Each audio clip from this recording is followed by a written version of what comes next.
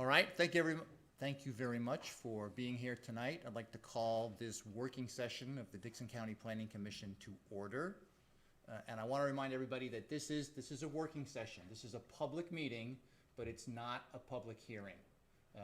This is just a discussion of some proposed changes to both the subdivision regulations and the county zoning regulations. There will be further discussion and an opportunity for a public hearing for changes to both of those documents.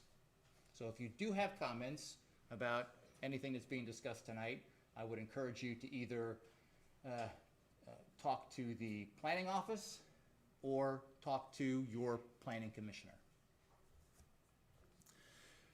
What we have is some work that was done by an ad hoc subcommittee, and I think the best way to approach this is to look at each of the items that was discussed and hear what we are thinking about for the changes that have been made. I think that, I wasn't really prepared to go through this, but let's look at each item. And on the summary sheet, the first item on the list is an increase in A1 minimum lot and lot width requirements. And there are specific changes to the zoning code, section 5.041, and what do we have here? And E5, and the subdivision regulations, section 4.102.3. And the largest, the primary change in this is in the zoning code. The land area is being proposed to be increased from no less than 1 acre to 2.5 acres for the A1 agricultural district. And there's also a change in the minimum lot width from 100 feet to 200 feet.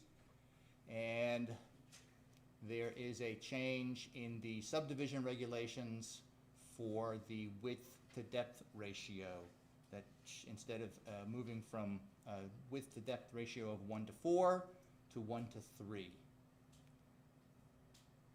And also that no lot when subdivided shall have less than 4 sides. 3-sided or triangular lots shall be prohibited.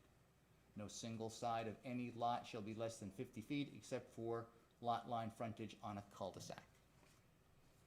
So who was on the ad hoc subcommittee? So how about between Robert and David and RJ, if you want to provide some thoughts that the subcommittee had? Yeah, I can summarize that for our colleagues. The way the group approached this question, it started out as a concern over really preserving the rural and agricultural character of the unincorporated area of Dickson County, and each member kind of approached it from a different perspective. But where we coalesced was they were uniformly concerned about the subdivisions along existing county roads and highways in particular, and the way in which that highway frontage is being used for subdivisions, and then the back area of the lots are ignored, and that our county roads and highways frontage is being developed with rows of houses, and what we could do about that. And then what we could do about managing density, because with 50-foot lots going back, you get these rows of houses really close together, and it's not what the group was thinking would be the best for our county. So we kind of approached it from that. Then we looked at what other codes from other jurisdictions were doing in terms of regulating residential development in agriculture zones. We went as far as Cumberland, Pennsylvania to look at what they did. And then we started to say, well, what could we do? And then we tied it to the goals that we articulated. The first thing we did is articulate what goals we're trying to approach. And some of those goals are in our subdivision regulations now, and some of them were just articulated by the group. That's in the far left-hand column of your chart. Where that ultimately led to was a discussion about minimum lot acres, minimum lot size in the ag zone. The most radical proposition was to go to 5 acres. And there wasn't a lot of traction in our group for that, but there were some advocates for that. We arrived at 2.5 acres through both what was a compromise between, you know, the largest change, and also by changing the lot to width ratio. By making the lots wider, 2.5 works out really nicely in a 200-foot frontage lot. And in fact, David Dornell had put out an exhibit for the working group. I'm sorry he doesn't have it with us today, but kind of shows you what a subdivision lot looked like under the current regulations and what it would look like under the new regulations, so you could see it. So that's how we approached it, and once we knew what we wanted to do, then we went into the codes to figure out what we needed to change. So there was consensus to change to 2.5 acres minimum lot size. There was consensus to widen the lots, both in terms of its minimum width at setback, and that source. Of course, you can't really do a widening of the lots without increasing the lot size. So they kind of go together. Once you increase to 2.5 acres, the lot widths and the width to depth ratio makes sense. And then prohibiting triangle lots is also a way of managing density, because it requires that the lots be configured in such a way that you can't squeeze in a triangle lot somewhere just to get another lot. We've dealt with that in our past here at the commission, so there was consensus on the group to require that all lots be four-sided for that reason. That's where we came up with. So does anybody on the commission have any questions or additional comments? Well, one thing we addressed was those triangle lots, is they notoriously give trouble, and it's not necessarily on the front end when they're developed, but over time, as homeowners, you know, live there, and then usually the biggest issue, and I've had some phone calls myself, because, you know, I live in in my neighborhood, it's well known, you know, that I serve on this board, and people call and ask advice and how and why and what and where and when. And these triangle lots, they wind up giving trouble because people want to put up fences for dogs or cattle fences on the back side of them. And, you know, it just creates problems with these triangle lots. So that's one thing we need to get away from. Anybody else have any comments? Yeah, Matt, you had your hand raised. I don't think, I mean, that 2.5 acres is high property range around here, we're gonna stop building. People can't. No, not at all. We're gonna make them have to get it rezoned for residential, which is really what it is anyway. Nobody's got a 1.01 acre farm, it's sort of a convenient fiction that we're doing there. We need, if you really wanna build high-density residential, and there's certainly a place for it, and I agree with Beck, as much as land cost, there's a place for it very much, but it's not in a zone that's agriculture. Build those 1.01 acres and let a guy put in a hog farm next to it that's really agriculture, and see what those people scream and holler about. This is a way of preventing disaster before it starts, and I ditto everything Mr. Wetterhouse said about those triangle lots. Yeah, we should have approved the last one of those, but we can't do it as long as we're doing it in an arbitrary way, and we all say, well, I don't like how that lot looks. You're setting yourself up to go to court and lose if that's it. We can't be, what are the dreaded words? Arbitrary and capricious. So let's dump. Let's set some baselines and say, if you want a bunch of 1.01 acre lots, that's fine. We're gonna rezone it from agriculture to residential before you do it. And also the 2.5 acre lot minimum is not unique in this area. There are counties near us that have a 5 acre minimum in the ag zone, and they still build the houses there. There are some with 3. There are some with 1. So we're not going outside the norm here with 2.5 acre lot minimums in the ag zone. That's about middle of the road, frankly. 1 is the far highest density in our region for ag zone subdivisions. We're actually coming into the middle with the proposal to 2.5. And as Mr. Comer said, it's ag. And Mr. Qualls, you know, we're talking about the agriculture area only. If you want to go down to, we had a change, about a year or so ago. We went from 10,000 square foot to 13 something. We went from 4 to 3 on a 1 acre lot. If you want to do R2 or R3, you know, if you want to get that dense, if you've got sewer or you want to build one of those neighborhood sewer systems, you know, if you want to build that dense, that's fine. But we're just trying to preserve some of the agricultural area before we wind up with all of these little, you know, 10 houses here. And then part of what we're looking at too is down the road when one of them you know, these houses have problems. Either we need law enforcement, we need emergency services, we need fire, you know, and they can't get to them. And if we can cut this density slightly, and we're not wanting to kill the development, we're not wanting to kill building in this county. We just want to do some reasonable measures in our agricultural areas to preserve that agricultural areas. And I think this does that. I mean, there are other options with other zonings where more dense construction can take place. It can. If you want to build a subdivision and you want to do 1 acre lots, you can go to R1. And if you got 100 acres and if you can get it in there and build 99 lots, you know, more power to you. Okay, so I think the folks who have spoken have, in most cases, we're pretty much saying the same thing in some different ways. So, any other discussion? Yeah. Going to 2.5 is a lot.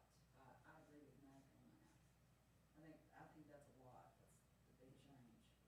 And it drives the cost up of the development to the end consumer. So the land's so much an acre, right now it's maybe $10,000 an acre.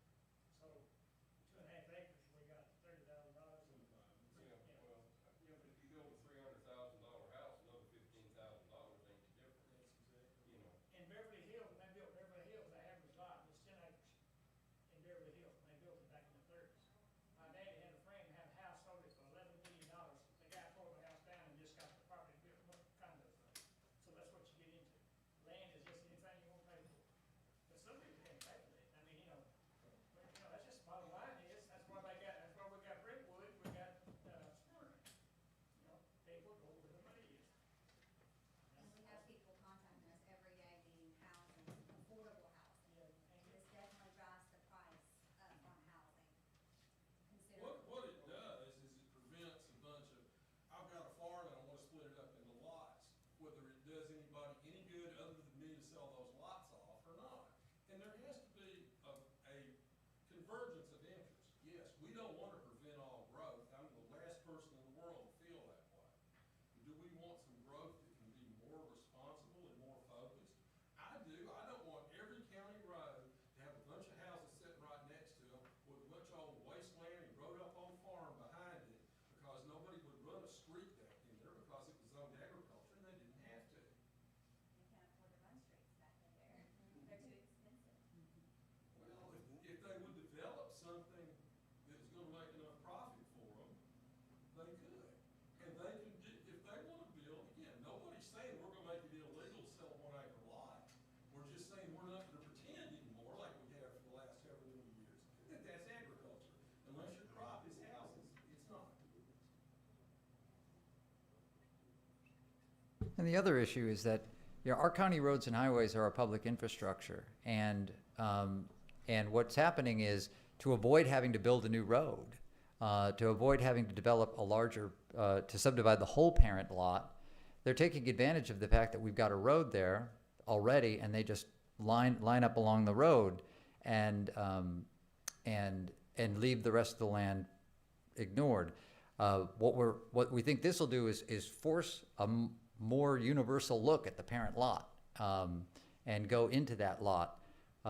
You know, I bought and sold land all over this country, and have some experience with, you know, both the small, even I owned a duplex in Tucson, and I owned a little bungalow in LA, and now I own 65 plus acres in Tennessee. So my experience is that a 2.5 acre lot with a house on it is going to be highly valuable. People will buy it. Affordable housing, and when we use that term, what are we talking about? Are we talking about low-income buyers? Are we talking I'm about? talking about entry level.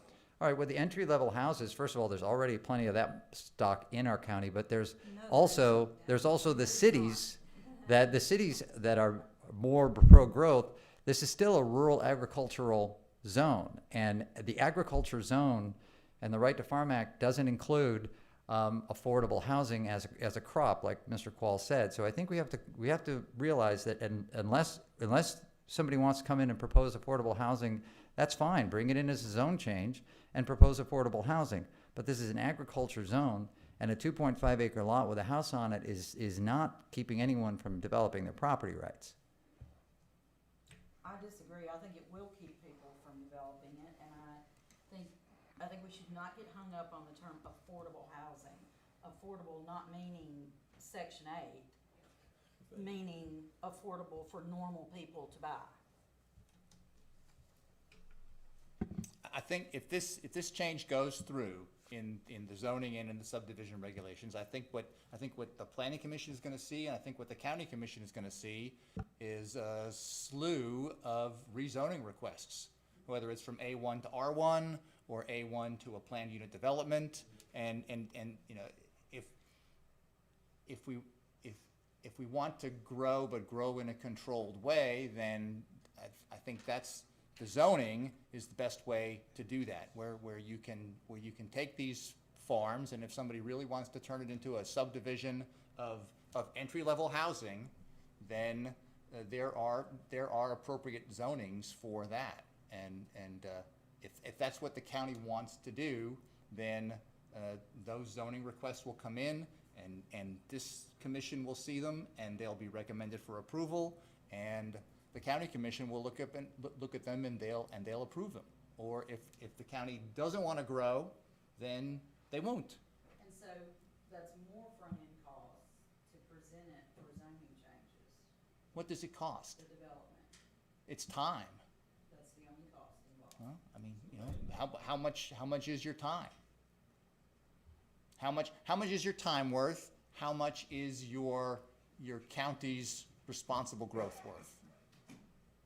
So I'm all about responsible growth. I mean, I sat on the city planning commission for over 10 years, and I'm all about responsible growth. I just think that this is a big change. Well, And I think it's a negative. the city is the right place for a bunch of 1 acre lots. The unannexed, undeveloped part of Dickson County, not so much. Do we want this to be a predominantly rural, predominantly agricultural county, or do we want it to kind of be Laverne, to cite what I think is an unfortunate example? I'd rather it be a predominantly agricultural county with a few well-planned cities in it. And I think that's what we're pushing for. And what we're doing with the rural parts of the county can and should be a whole lot different than what we're doing inside the city limits of the cities. That's my 2 cents for what they're worth. Well, there ought to be a look at the county and the various cities' urban growth plan about where they want to grow to. And those ought to be the areas, even if they're not in a city now, those ought to be the areas where people look to develop and people look to make zoning changes. Well, those are, of course, they were done a while back, but those are very specifically delineated now, which would lead to a question, do we maybe want to do something in between 2.5 acres in the areas that are in these cities declared urban growth boundaries, that's a little maybe smaller than that, but not outside of, in the part of the county that's currently in those cities' urban growth boundaries. But keep in mind that we have, although it's been delayed, the update to the growth plan, those growth boundaries are going to be revised in the part of that new plan. We're behind schedule on that because of the COVID-19, and my understanding is the contract's only been recently signed. This package was specifically designed not to be mutually exclusive with whatever happens in the updated urban growth boundaries and growth plan. And I think there's going to be some real strong discussions about those urban growth boundaries as well in that process. But what you touched on, Mr. Williams, is really important, and that is when we see these subdivisions, every single subdivision, we hear from our planner, whether it's in somebody's urban growth boundaries and whether it's envisioned for high-density residential. And you look back in our notes and you'll see it's like, it's in such and such urban growth boundary and it envisions high to the mid-level residential development. And here it is still an ag-zoned property.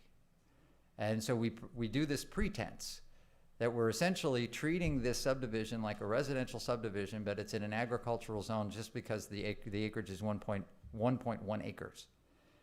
And this plan is intended to say, is to really be a little more clear and precise in the intention of how that land is used.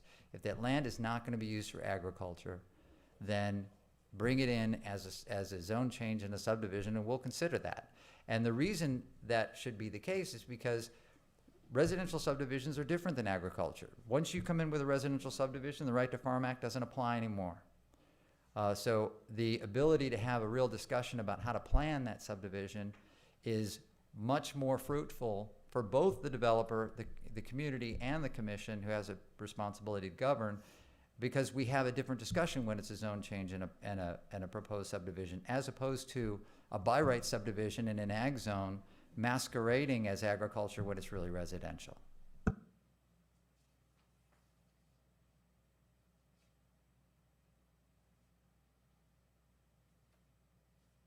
Any other comments?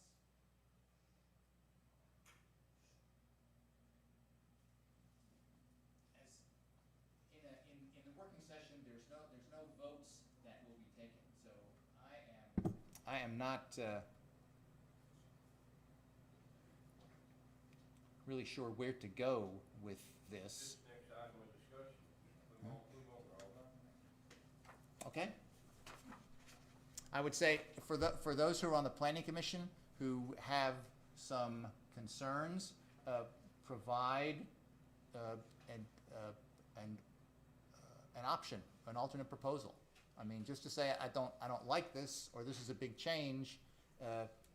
If there's a need for more discussion, then I would say offer something up. And Mr. Chairman, I think there is need for more discussion, and I do think we should seriously look about if we can do it, and this would probably require council's ruling. If we can do something different about inside existing urban growth boundaries in the part of the county that's not inside any municipality's proposed urban growth.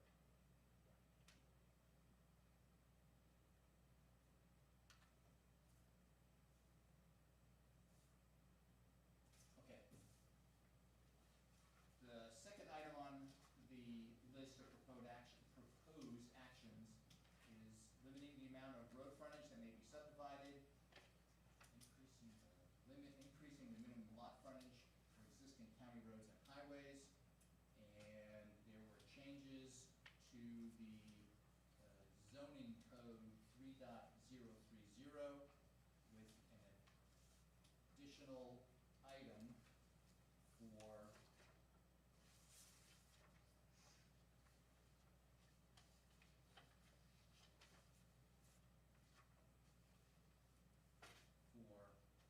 making the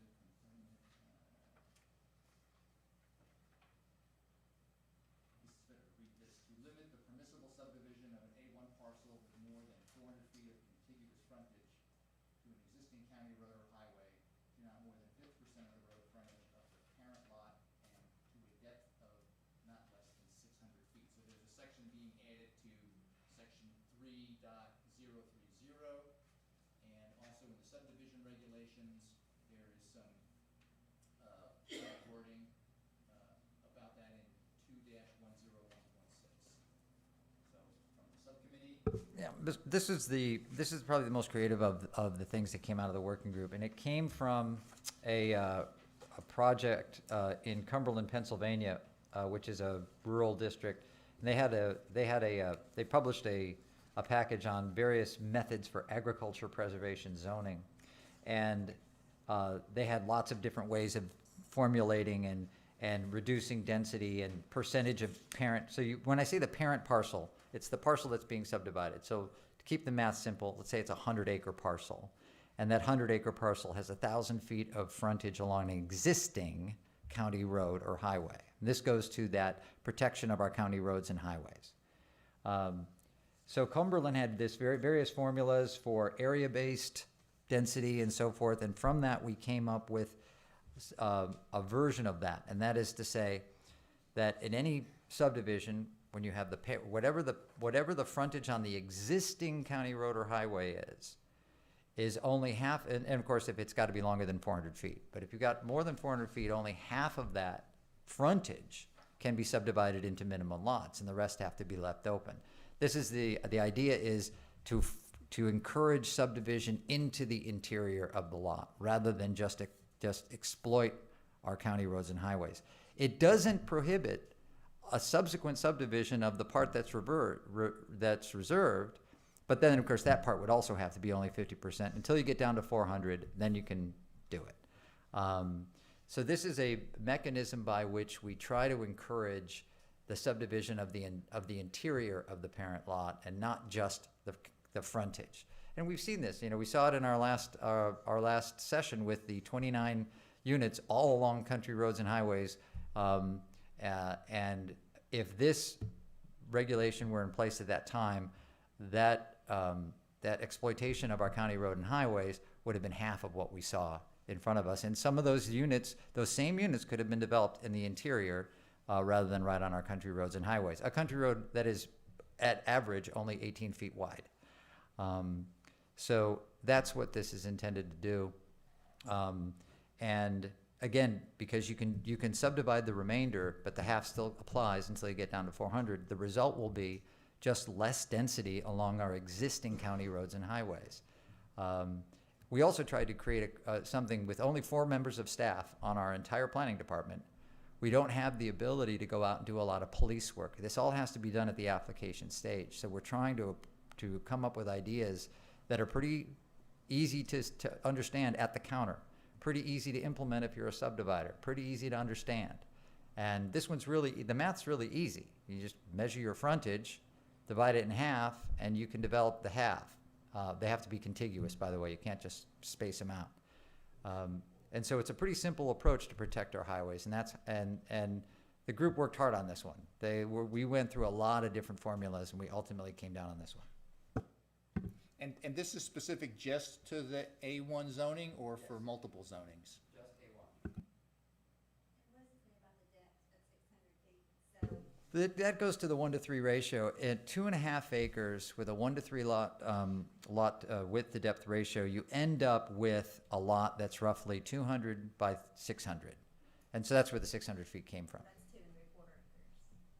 Roughly. I mean, again, if the math has to change, if 600 feet is not enough, and we talked about planning staff, I asked if 600 feet was the right number. Staff said yes. If we had to add a little more to it, maybe we didn't account for, well, what about a road that goes along it? If we wanted to add a buffer, we could go to 7. I mean, that number is not, the number is the proposed number at 600 depth, but the idea is that we don't want to have it to go all the way back to the end of the parent parcel. If the back of the parcel can be subdivided, we don't want to eliminate that. So if you have a small amount of road frontage but you have a huge farm, are you still saying that you couldn't split that in half or have an easement to backtrack? I don't know what you meant, small amount of road frontage. Can you give me a number? Say you have 150 foot of road frontage. Well, you certainly could put a road back to the larger part of your property, because all you need is 50 feet for a county road. So you build a road and take that road back and subdivide it. But what if you just wanted to divide it in half? So would you still allow an easement? Is that? Well, if it's over 5 acres, the remaining tracts are over 5 acres, it's not gonna fall under our jurisdiction. That's right. And that's actually an important thing is, It is important. in our county and in our state, if you're gonna subdivide a large farm into more than 5 acres, it's not even a subdivision. It doesn't come before us unless you need to hook up to utilities Unless you need something from the county, you can do it on your own. So if you And want this, to give your child a 2-acre lot, would you be able to run an easement across there, or you couldn't? this does not prohibit easements. And a 2-acre lot is a plat, you know, so if you're gonna divide 2 acres off of, 9 acres, you have to do a plat on it. That's an over-the-counter plat, isn't it, David? That doesn't even come to us. Get 1 or 2 lots, anything under 5 acres, you Yeah. can just a subdivision lot, we do that Yeah. in-house. Well, the reason I ask is it says effective provisions, and when you go back to the zoning regulations, it talks about easements, and this doesn't talk about easements at all, so I wanted to know if those were effective. The intention is not to prohibit an easement to the interior of the property. Now, understand, it's been the position of this body for years to not encourage easements, not to prohibit. We're not empowered to do that, they'll try. But we try to arrange subdivisions in a way that minimizes easements, because easements that are done, especially for a family, once those family members have moved off or passed away, easements tend to become more trouble than you can imagine. And we don't want to encourage it. No, this is not, if somebody wants to give back their farm to their son, this won't stop that at all. And I wouldn't be for totally stopping that. I'm on your side on that 100%. Right. Easements are required to be 50 foot from the road all the way back, and that's all, that's the only requirement for them. So did that answer your questions, Kristen? Yes, that makes sense. Any other comments? I think, and Stromer, you can correct me if I'm wrong, we were looking at, I think the typical switch area is one of those areas that was one of the focus. We said this is a prime example of something that is what we're looking for. Rather than a driveway, you know, every so many feet and people are back, that's the complaint I hear out in my part of my area. That the traffic, the congestion is ridiculous. We got one house after the other and people are backing out. Our infrastructure cannot handle what we've got. We're gonna have to pay for it on one end or the other. When out of Tidwell Switch, I had a lot of people come in, what is going on out there, what is gonna happen? And explain to them, we've got an entrance here, we're gonna have an entrance over here, we've got multiple entrances. And all the driveways are all gonna be within that, building zone, or that area. And they're like, okay, that's not as bad. When you got one entrance to go in here, one entrance to go in here, that's not bad, rather than 26 separate entrances right onto the Switch Road. So that's kind of what we were looking at, is to basically try to, where it's better for everybody that's living there. If we're in a real estate business, and we're gonna, to sell property where people are gonna hate every minute of it, hate you for selling it, because you put them in a bad situation. They can't get in and out of the driveway, and all. So that's kind of what we were looking at, this, This is analogous to something we've done with commercial businesses, where we don't let them just pave their whole road frontage out flat, flush with the parking lot, and anybody can be pulling out from anywhere along that front of that business, but we've channeled them down to driveways, which is so much safer. And this is that way too. Is it 26 driveways on a mile of county road is a lot less safe than a subdivision entrance or 2 or 3. A whole lot less. But the one thing that we're gonna look at here is that 600-foot depth to make sure it matches up with the 2.5 It would acre. be just a little over that. Yeah, Yeah. whatever the right number. We might come back, 7.5 acres. yeah, we might come back, and after talking to staff, we might come back with a different number on that and be a little more certain. I just wanted to let you know where the 600-foot came from, but if it needs to be longer, it can be. Okay. Any other questions or comments? Let's look at the next item. Strengthening public road standards. This is to revise the current standards to prohibit the approval of subdivisions with 1 or more road deficiencies. Increase minimum standard width from 18 feet to 20 feet, and eliminate the waiver of deficiency for subdivisions with more than one outlet to another non-deficient county road. And this is all in the subdivision regulations only, so. If you look at section 4-103.111,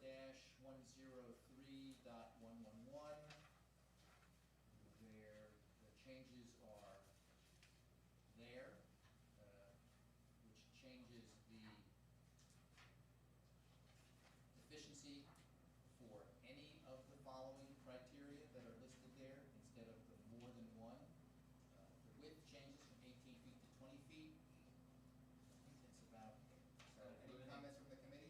it also eliminates the last paragraph, Romanet B.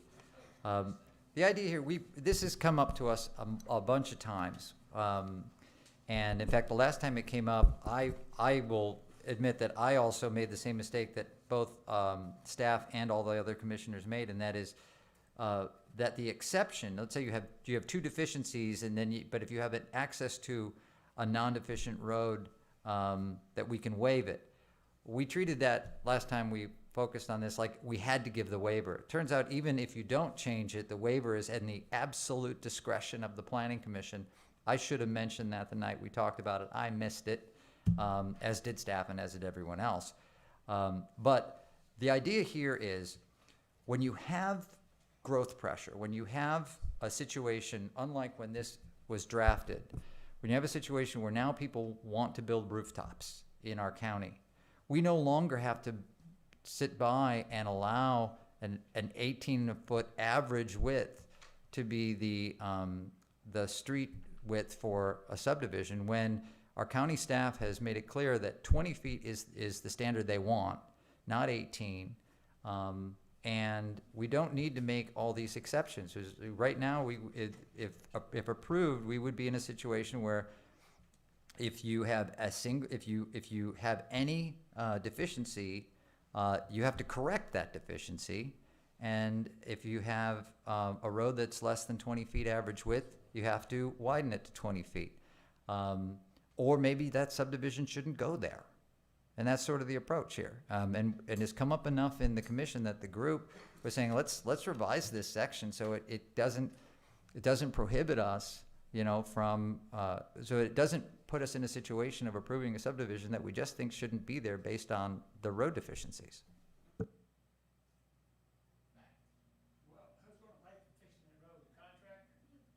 Yes. He's gonna make a fortune off developing the subdivision, but he's not doing it on a non-profit basis. The taxpayer, the county's gonna get taxes off them houses too, so look, we got a road commissioner, why can't they do the road? You know, they fix that road. We're not doing roads. Well, you said they wanna widen them. Somebody gotta widen them. And if a contractor, if a developer wants to build a subdivision on a road that has a deficiency, it's gonna have to be corrected. That's the whole idea behind this. That's this one contractor, that ain't gonna come there, that's fine. All right, me, I live on 49 Highway, so I'm not gonna talk about roads. I live on the worst road in the state. There ain't nobody can live on 49 Highway. Are most of our roads already 20 feet wide? I don't know the answer. We've got some that are, They go from vary 10 foot, anywhere yeah. from, 11 and a half, 12 foot up to, Because we got into this on that last plat with the deficiency, and as it turns out, we measured 20 foot anyway. So I we measured 18, and we thought it was 16, we measured enough. Less than.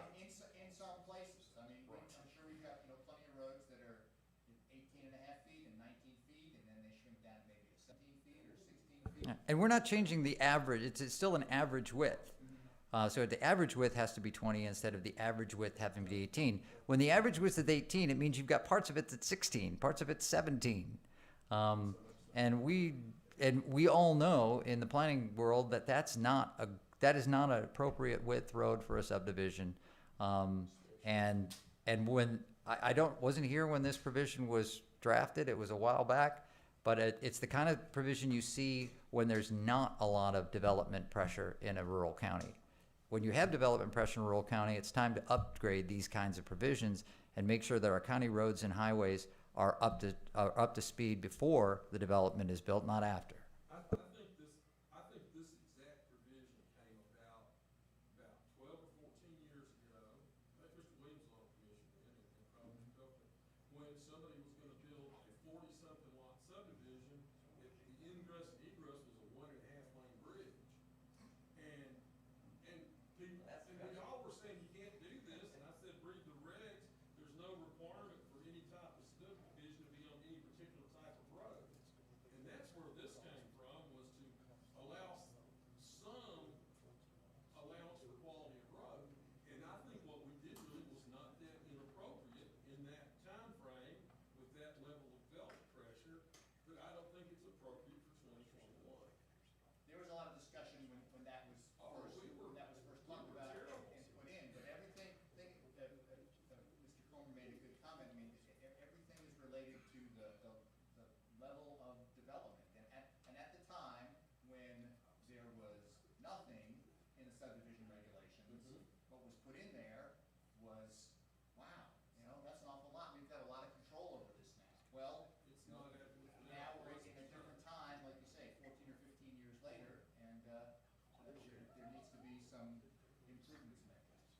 And there is a compromise that could be made here. You know, I'm in favor of just eliminating the waiver paragraph, but the waiver paragraph still grants the planning commission absolute, quote, absolute discretion whether to grant a waiver.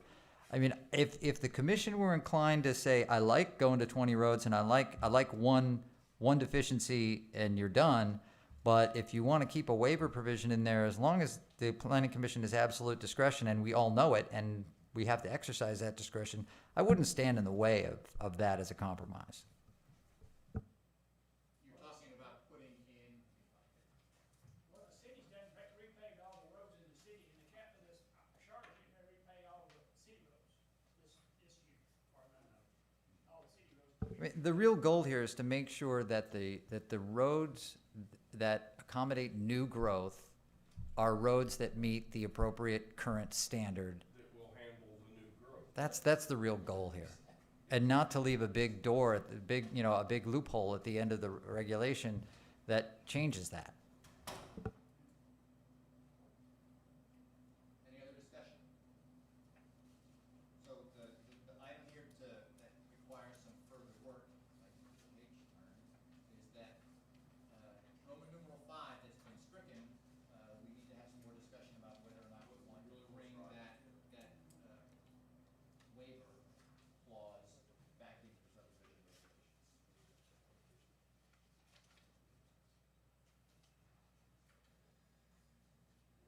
Mr. Chairman, Yes, sir. our regular chairman, Mr. Chandler, will not be serving on the city council, and Ms. Shepherd, David Shepherd's daughter, is a new. Okay, well, let's go on item 4 now that we have that important piece of news. Yeah. I just got the election results. Okay. Yeah. Well, you're here for a working session for the planning commission, not to watch the election results. If you want to be an election watcher, you can go out and be an election watcher. But let's work on our working session.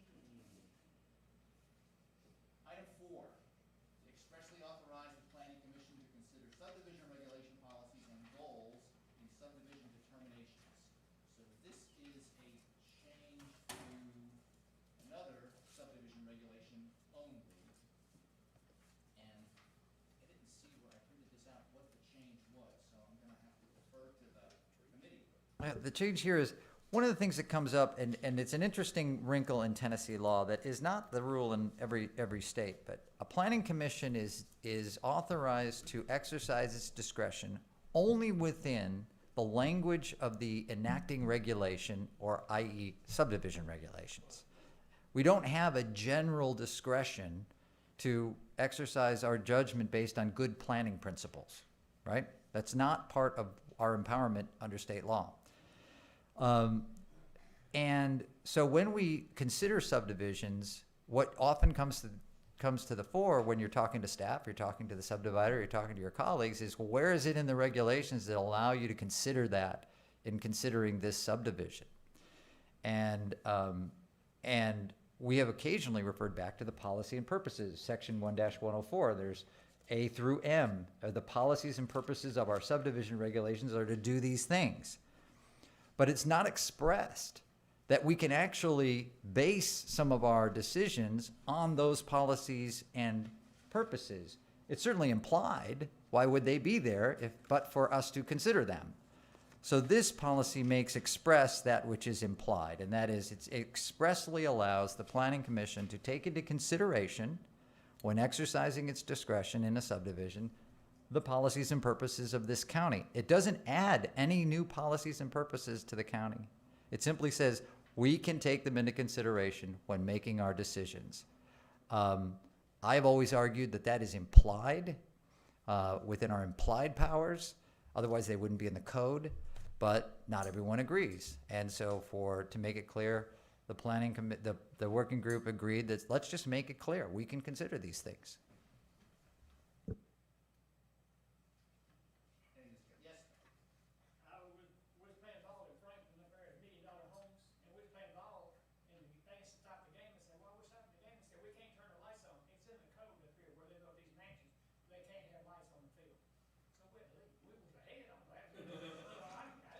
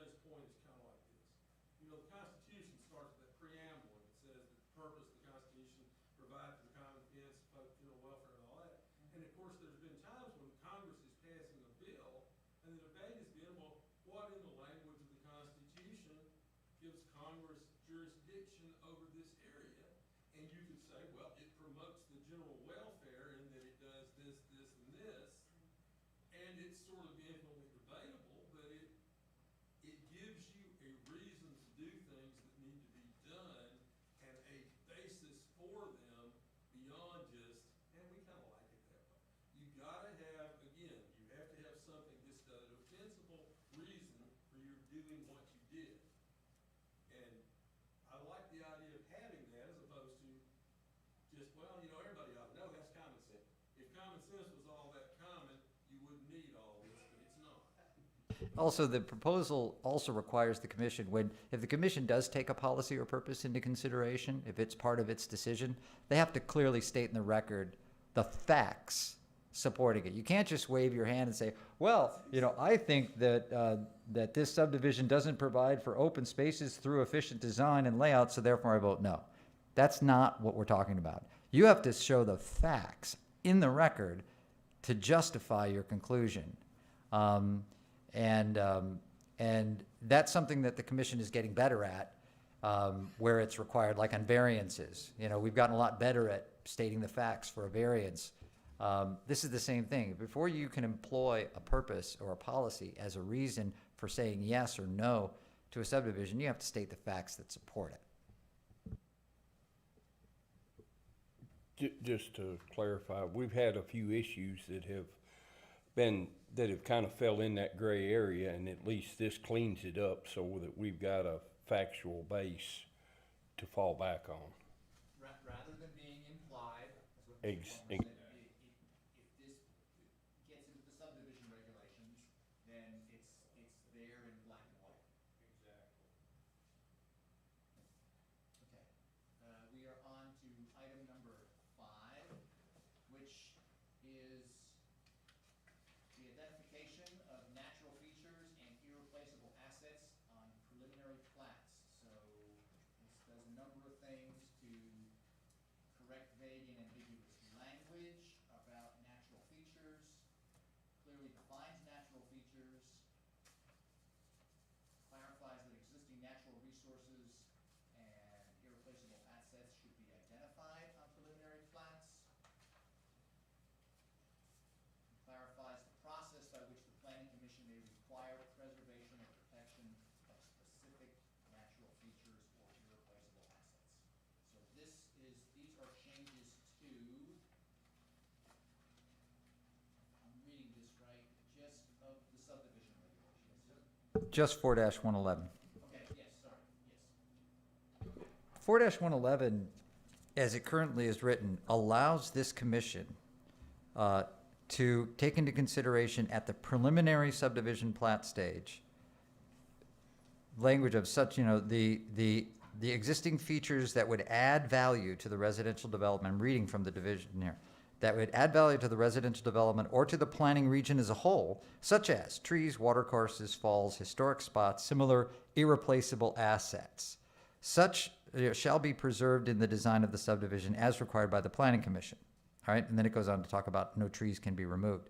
Here's the problem with that, and the subdividers have has bigger problem with this as we do, and that is the planning commission doesn't see a preliminary map until it's in front of us for approval. So how do we take this into consideration at the preliminary map stage when we would have a couple of options? One, ignore it, which is what we normally do. Or we can say, hey, look, you know, we're really interested in these irreplaceable assets and these trees and watercourses.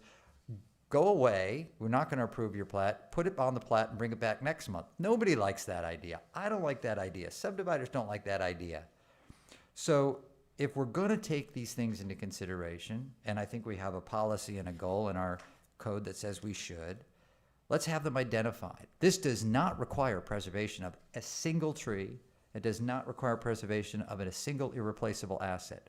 What this does is simply defines what those things are, which the current regulation does not, and says put them on the map. Then we can talk about them. This body can still decide to approve it without preserving a thing. And the Right to Farm Act, by the way, does limit us. You know, logging is considered farming. You know, we can't tell you not to log your land. There is no tree protection ordinance in this county. And by the way, where there are tree protection ordinances, you know where they don't apply? In the ag zone, because of the Right to Farm Act. So we're not talking about a radical change to, you know, protecting trees. Some of us would love to do that, but that's not possible in the ag zone in Tennessee. This simply says, tell us what's there, and we're going to do you a solid. We're going to tell you what to look for and what you don't have to look for. And that's what we've done in the proposed regulation. We've listed exactly what is an irreplaceable asset or a natural feature. So did the committee feel like this needed to be done irregardless of the zoning, or are there some zones that would be exempt from this? It only applies in the ag zone. It only applies in the ag zone, okay. And as Mr. Comer says, we're somewhat circumscribed in what we can do. Actually, I misspoke. 4-111 applies to any subdivision in any zone, and it would do so again.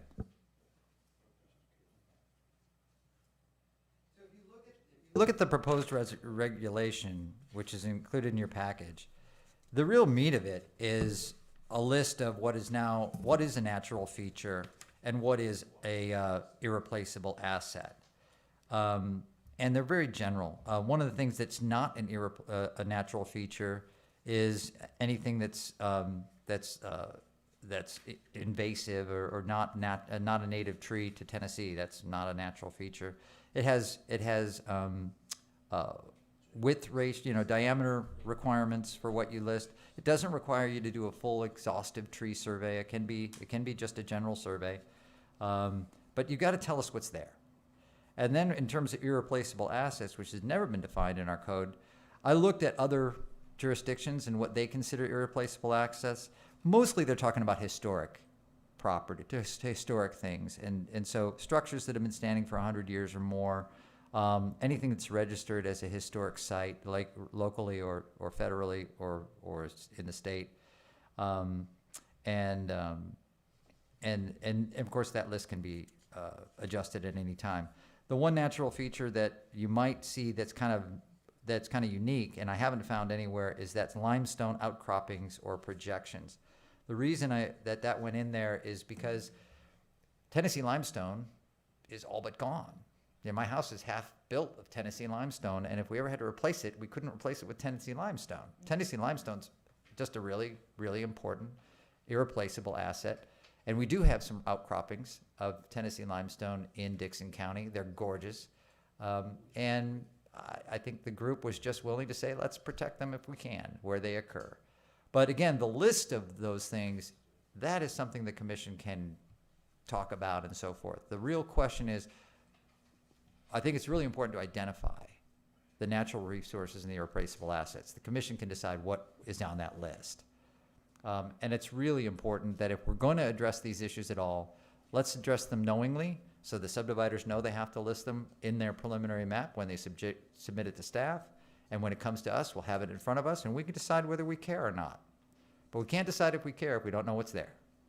So we're potentially going to ask for information about tree sizes. So, what if you say is that we want a general indication of what's there? No, it says you don't have to identify any trees that are under a certain size. So if you've got a bunch of small trees and saplings, you don't have to tell us they're there. Doesn't matter what kind of tree it is if it's small. But if it's a big tree, if it's got 6-inch diameter, then you might want to tell us kind of how many trees you have at that size. And you can, and again, it doesn't have to be with a tree expert going through every single, generating a traffic study size report. We're not talking about that. We're talking about if you've got a stand of forest on your subdivision, tell us what's in that forest. Generally, I don't recommend, and the group does not recommend, that we start requiring traffic study level tree studies at the preliminary map stage. I think that's way too burdensome. Yeah, well, I'm trying to figure out how we're going to ask for a general idea of what's in some woods that's on some property without having to go, and somebody's going to have to look at pretty much every tree. Well, what's called a sample survey can be done simply by somebody who knows what they're doing, walking around that stand of forest and saying, yeah, generally it's mostly white oak and red oak, and yeah, about this many percentage are over 6 inches. And that's certainly enough at a preliminary map stage. Whether it could be a local forester who can do that, but that's not a comprehensive tree survey, and we're not asking for it. Okay, well, I think there may be some of these definition of natural features to make that more apparent. Okay.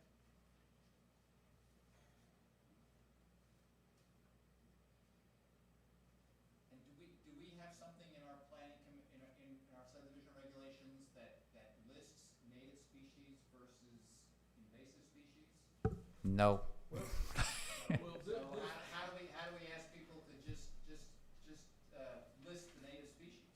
Well, no, they don't have to list the native species. They don't have to count the non-native species. Anything that's listed by TDEC's, TDEC has a subdivision, has a group that has a list of what species in this state are considered invasive and what considered native. Any tree that's considered invasive by our state government, you don't have to list. I don't care how big it is. If There's it- a 9-inch diameter mimosa tree there, Yeah. they cut it I- down, kill it, Right. do whatever they need.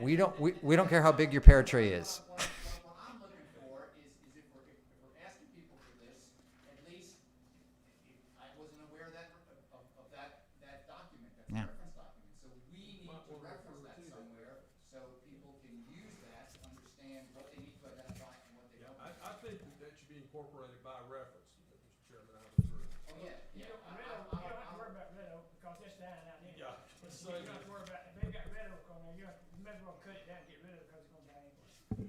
Well- It's not gonna cut out, it's dying. There's been some discussion on this about the trees, and, you know, if you go to downtown Franklin in that historic area, there's trees down there that'll never be cut till they just rot plumb down because there's Civil War, mini balls embedded in them and blood of Civil War soldiers that you'll never touch. There's you know, some of those antebellum houses that you've got to go and ask the historical society what color you can paint it. Okay, we're not trying to get to that point. Nor could we in the ag zone.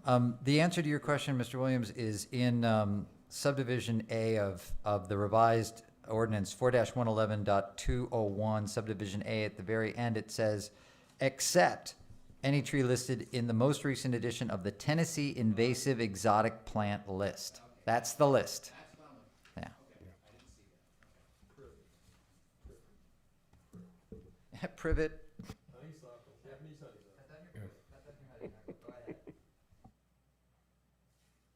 So what did the committee have in mind under both the natural features and the irreplaceable assets when they talked about any other existing natural feature or asset identified by the planning commission as that at the initial time of the preliminary plat?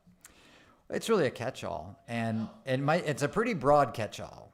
I think where you're going is like, the idea here is the planning commission doesn't have to identify any other assets if it doesn't want to, and if in considering this ordinance or this regulation, the planning commission does not want to give itself that power, it certainly can cut it without and still preserve what the group was trying to get at.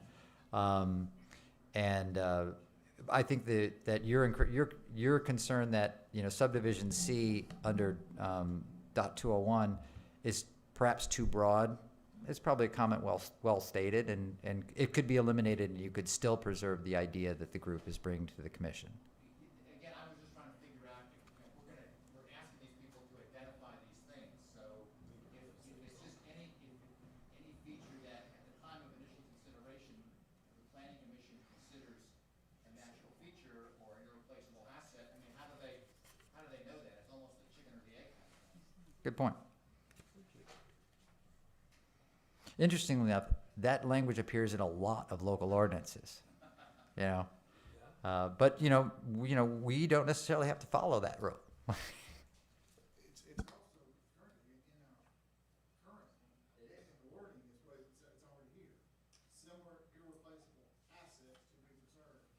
And basically it's our discretion, and we don't even know what that is. Oh, yeah. And they don't know what it is, so we've got to define it, a better way to give somebody an idea what it is, because when they bring the plat here and it's our discretion, it's any similar item that comes up in our mind, I don't think that's fair to No, anybody. it's not.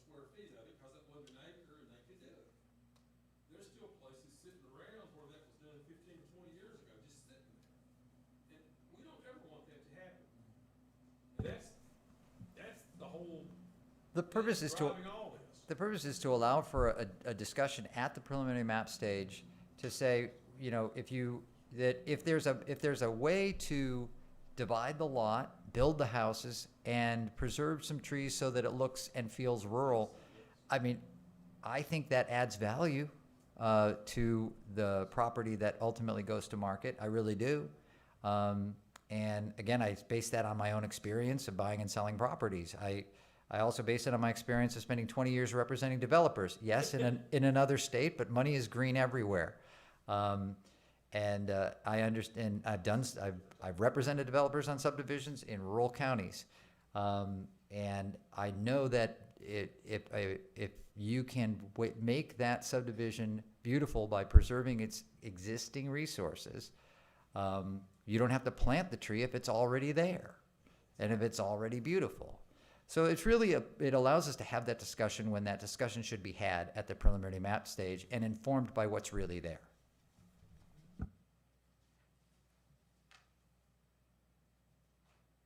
Yes, I bought a house in Nashville back when I was young, out there at Percy Creek Lake, and when I bought a house, I was gonna put a clothesline up, and they come out there and said, now, you can't put a clothesline up in this neighborhood. I said, what? It's in the rule. You can't, if you don't have a dryer, you don't need to be living here. I said, Now, when you're talking- that was a rule, and then that neighborhood, you could not have a clothesline. Look, we can't have clotheslines in the neighborhood where I live. I mean, it's whatever a subdivision wants to put in and for covenants and deed I was gonna say, restrictions, which is a completely separate subject I from was what we're gonna talking say, about. this body's not gonna enforce subdivision covenants, so, we don't have to worry about that, but, I think we're going that direction, but I don't think we're there yet. I think we're going that way, but who knows? Well, I mean, this is trying to identify what's there before anything gets built, not to tell you what you can and can't put in. The biggest thing with, after it's built. the biggest thing with this committee is we've tried to clean up some things. We see some issues, that are causing some problems, and we're trying to head it off. You know, the whole thing is planning. We're trying to plan, and we're not really worried about tomorrow or the next day. We're trying to look 50 years ahead as to what Dickson County is gonna look like. What are going to be the issues with, all of these little tracts of houses? What's that gonna look like? What's that gonna do to the area? What's that gonna do to that neighborhood? You can have a nice subdivision. Yes. Something that's R1, where all the lots are less than an acre. You can have a nice subdivision in something that's A1, where everything is 2.5 or even larger. Right? but one thing we know will not serve the people of the year 2070 well is this thing where there's 4 houses, and then there's a little swale, and then there's 3 more houses, and they're all right along the road, and then past that, there's 8 more houses, and all that area behind it isn't really a farm, it's not really woods, it's just sort of there.